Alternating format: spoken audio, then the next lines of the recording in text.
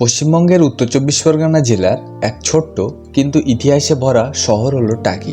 এখান দিয়ে বয়ে গেছে শান্ত ও সুন্দর ইছামতি নদী, যার ওপারেই রয়েছে বাংলাদেশ। নদীর ধারে দাঁড়িয়ে আছে বহু পুরানো জমিদার বাড়ি, যেগুলো আজও বহন করছে শত বছরের ইতিহাস। আজ এই ভিডিওতে আমরা ঘুরে দেখব সীমান্তের শহর টাকি এবং তার অতীতের গল্প। টাকির ইছামতি নদী কেবল একটি নদী নয়, এটি বহন করে কয়েক শতাব্দীর ইতিহাস, দেশভাগ আর আবেগের এক জীবন্ত দলিল। প্রাচীনকালে এই নদীর স্রোত এতটাই প্রবল ছিল যে এটি বারবার তার গতিপথ বদলাতো। মানুষের বিশ্বাস ছিল এই নদী কোনো নিয়ম মানে না, কেবল নিজের ইচ্ছায় চলে, তাই এর নাম হয়েছে ইছামতি। ইছামতির ভৌগোলিক অবস্থান অনন্য।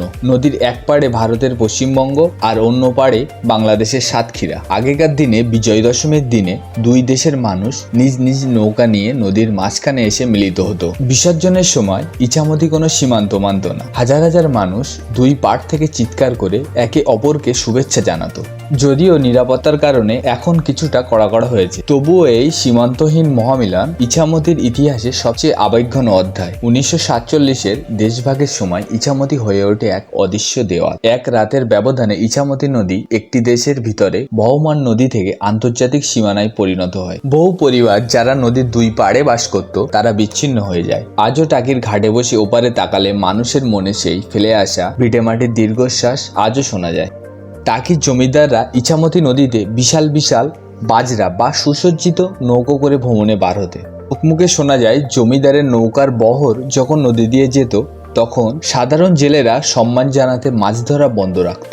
সেই সময়কার জলপথের আভিজাত্য আজকের পর্যটন কেন্দ্রিক নৌকা বিলাসের চেয়ে অনেক বেশি জমকালো ছিল। টাকি জমিদারদের সমৃদ্ধির পাশাপাশি ইছামতির তীরে নীলকর সাহেবদের অত্যাচারের ইতিহাসও মিশে আছে। ইছামতির জলপথ ব্যবহার করে নীলকর সাহেবরা নীল চালান দিত। এই নদীর তীরে গড়ে উঠেছিল নীল কুঠিবাড়ি। টাকির জমিদাররা এই সময় এই নীলকরদের সাথে লড়াই করে নিজেদের আধিপত্য বজায় রেখেছিল। নদীর পাড়ে হাঁটলে আজও সেই পুরানো কুঠিবাড়ির ধ্বংসাবশেষ ইতিহাসের সাক্ষ্য দেয়।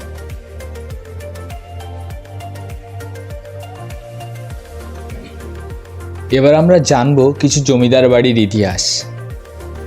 প্রথমে আসি রায়চৌধুরী জমিদার বাড়ি, যা রাজবাড়ি বা আদিবাড়ি নামেও পরিচিত। টাকি জমিদার বংশের আদি পুরুষ ছিলেন ভবানী দাস রায়চৌধুরী। মোগল সম্রাট আকবরের সময় যখন যশোরের রাজা প্রতাপ আদিত্য, তখন ভবানী দাস এই অঞ্চলের ভূস্বামী ছিলেন। সময়ের সাথে এই জমিদার বাড়িটি চারটি প্রধান শাখায় বিভক্ত হয়। তা হলো দক্ষিণের বাড়ি, পূবের বাড়ি, উত্তরের বাড়ি এবং পশ্চিমের বাড়ি। এবারে আসি আমাদের ডকুমেন্টারি ভিডিওর মূল আকর্ষণ পূবের বাড়ি, যেটা মূলত নির্মাণ করেছিল কমলাকান্ত রায়চৌধুরী, যা ছিল ইছামতি নদীর পাড়ে। বর্তমানে সেই বাড়িটি ইছামতি নদী গ্রাস করে ফেলেছে। কমলাকান্ত রায়চৌধুরীর নাতি সূর্যকান্ত রায়চৌধুরী বর্তমানে এই বাড়িটি নির্মাণ করেছিলেন। এক সময়ের গৌরবময় এই জমিদার বাড়ি আজ তা ভগ্নপ্রায়, কিন্তু তার দেওয়ালে লুকিয়ে আছে শত বছরের গল্প। এই অঞ্চলে কয়েকটি জমিদার বাড়ি থাকলেও পূবের বাড়ি তার আলাদা ঐতিহ্য বহন করে। এই পূবের বাড়ি তৈরি হয়েছিল জমিদার পরিবারের আবাস হিসাবে। ব্রিটিশ আমলে এই বাড়িতে হতো বিভিন্ন সামাজিক অনুষ্ঠান, পূজা এবং জমিদারি কার্যকলাপ। লোককথা অনুযায়ী এই বাড়ির জমিদার ছিলেন অত্যন্ত প্রভাবশীল ও শিক্ষিত। তাদের সংস্কৃতি, আচার আচরণ এবং জীবনযাত্রা ছিল অত্যন্ত সমৃদ্ধ।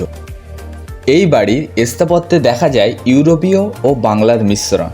উঁচু স্তম্ভ, বড় খিলান আর বিস্তৃত বারান্দা সব মিলিয়ে এক রাজকীয় আবহাওয়া। একসময়ে এই বাড়ির প্রতিটি ঘর ছিল আলো আর জীবনের ভরপুর, আর সেখানে শুধু নীরবতা আর ইতিহাসের প্রতিধ্বনি। সময়ের সাথে সাথে এই বাড়ি তার জৌলুস হারিয়েছে। রক্ষণাবেক্ষণের অভাবে আজ এটি প্রায় ধ্বংসের মুখে।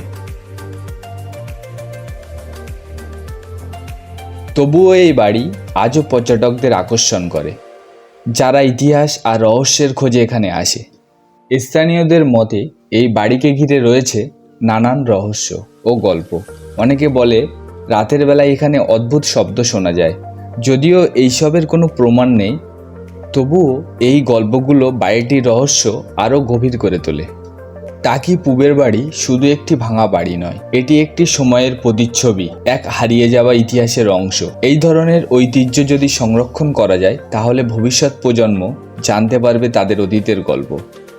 এই ছিল টাকির ঐতিহ্যবাহী জমিদার বাড়ির গল্প, যা আজও বহন করে আমাদের ইতিহাস আর সংস্কৃতির ছাপ। সময়ের সাথে অনেক কিছু বদলালেও এই প্রাচীন স্থাপত্য আজও নীরবে বলে যায় তার অতীতের কাহিনী। ভিডিওটি ভালো লাগলে লাইক, শেয়ার ও সাবস্ক্রাইব করতে ভুলবেন না। আবার দেখা হবে নতুন কোনো ইতিহাসের গল্প নিয়ে।